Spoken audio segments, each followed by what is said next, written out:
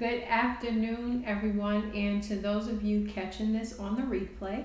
I know I've been approving a lot of friend requests lately, so if you're new to me, my name is Janae of Janaeum.com. I go by the Millennial Money Minister. My official title is Financial Consultant, and I teach people how to manage their money so they can save more, get out of debt, and build wealth. I'm also a licensed financial professional in the state of Virginia and New York. And so I'm all about showing people what their options are so that way they can move to a better place financially. So this month is National Home Ownership Month. And so all throughout the month, I've been sharing tips to help prepare you for home ownership. So I launched a course that features all the information that I'll talk about this month and more. And so the link to enroll is right in this video. If you are someone who has never purchased a home before and you're a little nervous about the process, you're not sure what you should be prepared for, my online course basically walks you through step by step what to prepare for, so that way you're not blindsided and that way you can go confidently through the process. So today we're talking about savings. So how much should you have saved to pre-qualify for a new home? And if I say something that resonates with you or something new that you learned that you didn't know before, I do ask that you share it. And if you know someone who is looking to buy a home for the first time and that's never been through the process before, you can tag them in the comments or share this video with them. I would greatly appreciate it. And I know there were some things that I didn't know when I bought my home 4 years ago. And so I would have appreciated if I had this information. So sharing is caring. So we're talking about how much should you have saved in order to pre-qualify for a new home. Now, if you are new to me, you can go ahead and pop your questions in the comments. I'll be happy to answer them live. And if you're catching this on the replay, you can still put your questions in the comments so that way you can get the information that you need. All right, so we're talking about savings today. So this whole week, we've been talking about how to pre-qualify for a loan for your new home. And so we went through different topics, walking you through that, and today we're talking about savings. Now, when it comes to savings, I do think that you should be saving your own money, obviously, but I do believe in taking advantage of other people's money. There are grant funds that are available and out there for people to claim, especially as a first-time home buyer. So you definitely want to be taking advantage of those programs. Also, different lenders that you work with that may or may not be with a bank. Usually mortgage companies, they can get you additional funds. And so that's something to be aware of, because I got my loan through a credit union, but if I had went through a mortgage company, I could have gotten more funds. Now, a credit union is not bad, but again, they gave me my loan, but had I went somewhere else to like an actual mortgage company or through one of the programs that I'm talking about, I could have gotten money for my home and been able to save the money that I actually put down and keep that in my savings account. So I talk more about programs that are out there in the course, the blueprint. And so when you enroll, there's actually part of an entire section that's devoted to that. So if you want to learn more about different programs that you can access money, enroll in the course. All right, so savings. So again, I suggested that you do save your own money. Now, when it comes to how much to save, I'm all about you should be developing the habit to save anyway. So whether or not you're buying a home, you should be saving anyway. I recommend you save at least 10%. If that's not doable, you can do a certain dollar amount, or you can do as low as 2%. You can do over 10%, but that is what you should strive for as the minimum. So at least 10%. If you can do more, awesome. If you have to do less, that's fine. The main thing is to get in a habit of paying yourself, because whether you're paying yourself $20 or $500 like I did when I was saving up to buy a home, it gets you in a rhythm where you think to always put money aside for yourself for, down the road when you may need it.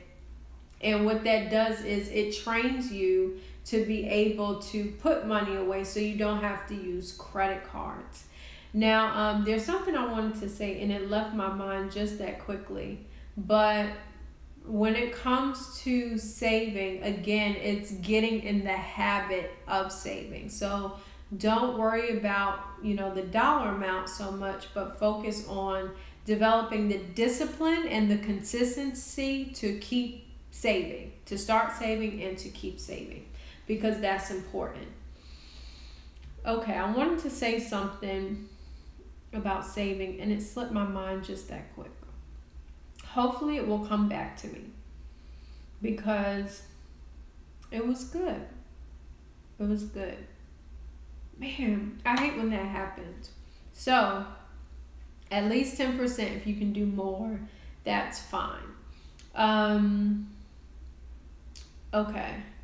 So we talked about that. Now when it comes to your down payment, so we're saving, just in general, whether or not we're buying a home. Now, saving for your home specifically, you want to plan to have money set aside for a down payment. Even if you're using other people's money, it never hurts to have more in savings. And so for a down payment, the least you can put down, some programs you don't have to put down anything, but I would say plan for at least 3%. 3% of the purchase price. So we talked last week about, how much purchase price you should plan to look at, and that was 3 times your annual gross income. So if you do 3% of that, that's how much you should plan to have put away for a down payment. And again, that's a goal that you want to be striving for. Even if you get awarded a grant and, you don't have to actually use that money helps to have that set aside. Because in addition to having your down payment saved, you also want to make sure you have some reserves. So your reserves or what's known as your emergency fund. So in your emergency fund, you want to plan to have 3 to 6 months of expenses saved. And so what you don't use for a down payment, that can help towards your emergency fund. Because I was sharing on a call last night with a group of people who are in the process of preparing for home ownership that the hidden cost of home ownership averages about $9,000, and I shared that last week in another video. And so when it comes to the expenses associated with home ownership, a lot of people underestimate that and they don't plan for it. So by getting into a habit of saving, that puts them in a position where as things come up, they have money to pull from, which means that they don't have to resort to credit cards or loans, which you find, a lot of homeowners end up getting into because they don't have a lot in savings. So that's why it's so important, and that's why I encourage it. And so you definitely want to start that process sooner versus later. Me personally, when I graduated college and got a job right out of college, I started saving $500 a month consistently, and I did that for 3.5 years. And so when I did that, I basically got used to living off of less money. And so what it did was it made me stay within the means of what I actually had available to spend. Meanwhile, all this money was being saved in the background and I didn't have to touch it. And when I decided that I wanted to move and buy a home, that money was there and it was readily available for me to access and use to buy my home. So that's the beauty of saving. Even if you think you don't make a lot of money, you should still save something, because again, the goal is to get into a habit of putting away money. And you'll find that once you start saving something, your mind will look for ways to save more. And so you might start with $20, but that can graduate to $100, and then $100 to $200, and then $200 to $300, so on and so forth. And if you're somebody who, makes a good amount of money, then you definitely want to be saving on the higher end. Your emergency fund, if you're making over $50,000, instead of the 3 to 6 months, you should be looking at 6 to 12, because your lifestyle is a lot more expensive to maintain. And so you want to make sure you have those funds available. So that's all I have for today. Again, if you have questions, you can drop them in the comments. I'll be happy to answer them. And if you enjoyed this information, please share it. If you know someone who's in the process of buying a home, you can tag them in the comments so that way they get this information.